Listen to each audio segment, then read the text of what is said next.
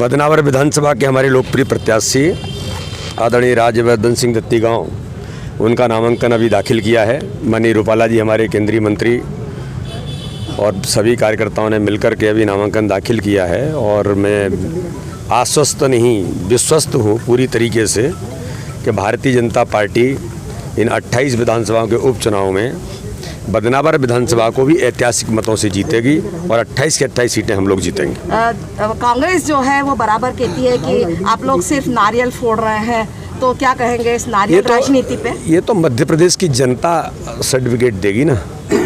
कमलनाथ जी ने 15 महीने में जो किया, मध्य प्रदेश को दुरावस्था की ओर ले गए, जो 2003 से पहले दिग्विजय सिंह ने किया था, उसका जनता ने उनको जवाब दिया था। 15 साल में जो बीजेपी ने किया और 5 महीनों में जो काम किया है शिवराज सिंह चौहान के नेतृत्व में, और माननीय मोदी जी ने इस देश के अंदर जो विश्वास मोदी जी के ऊपर है, इस देश की जनता को, मध्य प्रदेश की जनता को भी जो विश्वास है, उसके आधार पर ये चुनाव विकास के मुद्दे पर, नेतृत्व के मुद्दे पर, और जो आपने 15 महीनों में मध्य प्रदेश को गर्त में लेकर के गए, जो कसूर आपने किया, जिसका बार बार उल्लेख करते मेरा क्या कसूर है, तुम्हारा कसूर ये है कि गरीबों की, जनता के कल्याण की योजनाओं को बंद कर दिया आपने, मध्य प्रदेश के विकास की धारा को रोक दिया।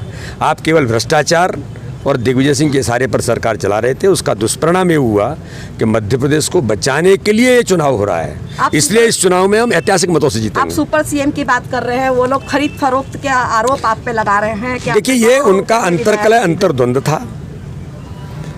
ये कोई हम नहीं कह रहे थे, वही लोग कह रहे थे। आज समय उतना नहीं है, लेकिन उनके अंतर्कलह के कारण से सरकार गिरी। लेकिन भारतीय जनता पार्टी राजनीतिक दल है, जिम्मेदार दल है। मध्य प्रदेश को बचाने के लिए भारतीय जनता पार्टी के नेतृत्व ने सरकार बनाई। राज्यवर्धन सिंह दत्तीगांव जी को मैं बहुत धन्यवाद देता हूं कि जो मध्य प्रदेश गर्त में जा रहा था, आप सब लोगों ने निर्णय लेकर के मध्य प्रदेश को बचाया है, गरीबों के हितों को बचाया है। इसलिए चुनाव गरीबों के हितों के लिए है, गरीबों के कल्याण के लिए चुनाव है, और इस चुनाव को ऐतिहासिक मतों से जीतेंगे नहीं। हमारे कार्यकर्ता ने संकल्प लिया है, प्रत्येक बूथ पर चुनाव जीतेंगे, जो अमित शाह कहते हैं। अभी हमारे केंद्र कमलनाथ सरकार ने 5 लाख रुपए दिए जाते हैं। ये उनका पुराना करैक्टर है। ये जो खरीद फरोख्त की बात कौन करता है? उन्हीं के नेता ने कहा, कमलनाथ तो उद्योगपति हैं, देश के सबसे बड़े उद्योगपति हैं। उन्होंने गांव, गरीब, किसान का दर्द कुछ देखा ही नहीं है ना जी। इसलिए वो केवल एक ही काम कर रहे थे, पैसे के बल पर कैसे चलाया जाता है। हमारे विधायक को खरीदने का प्रयास किया था उन्होंने, उनके साथ मंत्री रही, उन्होंने ये रहस्योद्घाटन किया है, क्योंकि ऐसा होता था। हमारे विधायक को खरीदने का, ट्राइबल विधायक शरद कोल समाज का, उसको खरीदने का प्रयास किया था। उसने कहा था मीडिया के सामने कि मेरी कमजोरी के तुमको कितना चाहिए तुम लो और मेरे साथ आओ। उसने कहा था कि मैं ट्राइबल हूँ। बहुत ईमानदारी से काम करने वाले हम लोग हैं, हम कभी बदलते नहीं हैं। तो ये तो कमलनाथ जी को उनने जवाब दे दिया था। तो ये उनका करैक्टर है। अच्छा, उपचुनाव में मुद्दों से राजनीति भटक कर बयानबाजियों पर क्यों आ रही है? मुद्दों से इसलिए वो भटका रहे हैं कि उनकी जमीन खत्म हो गई है। हम तो विकास की बात कर रहे हैं। शिवराज सिंह चौहान तो गरीबों के कल्याण की योजनाओं की बात कर रहे हैं। माननीय मोदी जी ने जो काम इस देश के अंदर किया, हम तो उस प्रधानमंत्री आवास की बात कर रहे हैं कि 2.5 लाख मकान कमलनाथ तुम खा गए, मोदी जी ने जो भेजे थे।